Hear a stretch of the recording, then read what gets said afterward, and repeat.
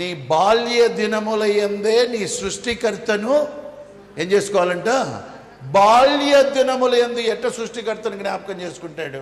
ఇప్పుడు Sunday school పిల్లలు ఉన్నారు, వాళ్ళకి ఏం తెలుసు పిల్లలకి? మరి ఎందుకు అట్ట రాశాడు ప్రసంగి అంటే, నువ్వు నేర్పాల పేరెంట్గా.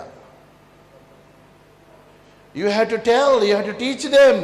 అరే దేవుడు అనేవాడు ఇట్టుంటాడు, దండం పెట్టుకోవడానికి కాదు దేవుడు, సత్యాన్ని నేర్పేవాడు దేవుడు, పద్ధతులు నేర్పేవాడు దేవుడు, నీ కోపాన్ని తీసేసేవాడు దేవుడు, నీకు ఆశీర్వాదముని ఇచ్చేవాడు దేవుడు.